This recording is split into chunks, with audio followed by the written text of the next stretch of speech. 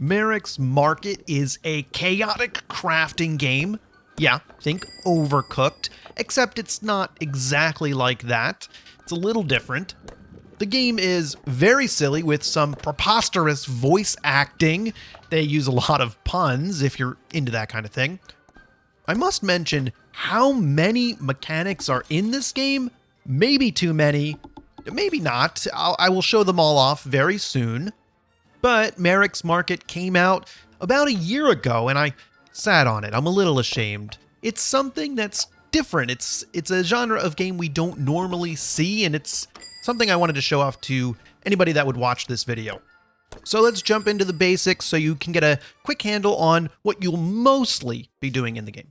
Your shop starts off like this, very simple and small with few things to build. You can use that book in the back to show off a recipe, but you do not have to use it once you've memorized all of the recipes, and you'll have to do that. There's no way you'll have time to search the book and pick the recipe. So you'll craft an item by placing the raw materials on the workbench or in the furnace. There's many different ways to do it. And you'll build it quickly and give it to the customer who moves from the left side of the screen to the right side of the screen, where you have to type in a little phrase, they get more complicated later on, to sell them the item. If you mess it up, it'll ruin your multiplier, which will ruin your ending score. That's pretty much it. You try and run this shop, build as many items as you can within the time limit to serve all the customers that come in. Sometimes I run out of time, and sometimes I'm able to serve all the customers and the level will end early and I'll have a good score. In the top left of this screen, you can see the score I currently have. It is based on these crowns or gold pieces, and as I get the bar wrapped around, I get a bronze medal to a silver medal to a gold medal. You only have to get a bronze medal to unlock the next stage. The game is very forgiving like that, and I appreciate it. But as I said, the game is not lacking mechanics at all. There are far more mechanics than I expected. This is what I expected the game to be: building items and then selling them to customers to make a profit. One of those other mechanics is to haggle. They kind of explain what they're looking for, and on the board behind Merek, you have to choose an option that satisfies what they're looking for. Sometimes they're more direct than other times. You pick the item, they kind of give an indication about how much they want to pay, and then you have to select from a sliding scale to match what they're looking for and get the best price for yourself. The game will combine the normal mechanics and this haggling at the same time, so you will have to deal with both customers as they come in some days. This guy is looking for a potion. I select the potion, and then based on what he said he wasn't looking to spend that much, you gotta pick. I picked too high here, and he gives us sort of an indication about that's too high, and then I pick another price, and hopefully that makes him happy. He's joyful, and we'll pay the 9 crown. And the green dot, I think, is meant to show you how much he was looking to pay. I got him to pay a little extra. I'll let you listen to this next person do a little bit of haggling so you can see what you're going in for. What can I get you today? Please shut up, mister, and fetch me one of your finest axes, please. An axe? Ooh, yes. They're not always that direct, and the previous character told me how much this person was willing to spend, so I knew that they could spend a lot.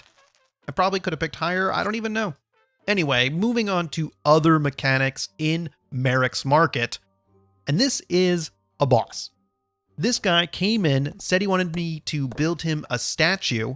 To build something so large, you have to build what you know how to do and then combine those into something bigger. For example, these feet are 2 wands and a belt.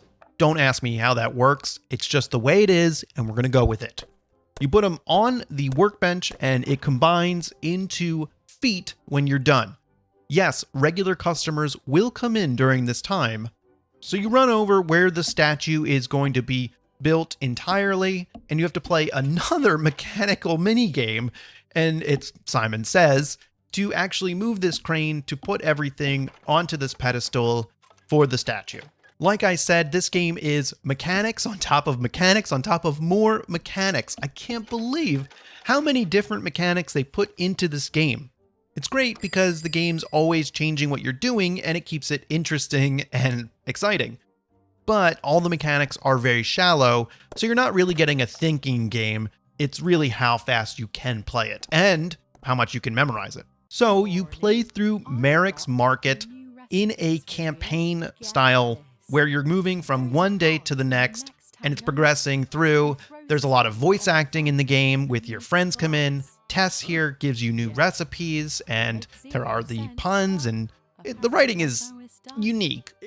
The main struggle of the game is that someone builds a nicer shop next to yours, and so you have to try and figure out a way to compete with them. And there's a friend that comes in and helps you figure that out too. And yeah, it's very silly.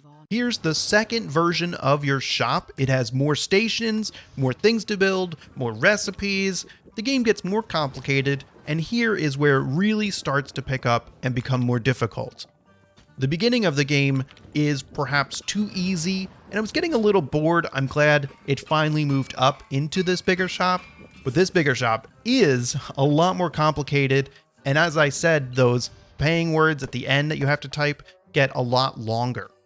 But still, Merek's Market is pretty easy if you're only trying to get through with bronze level, which is good. If you're looking for a challenge, you can obviously push yourself to get those golds.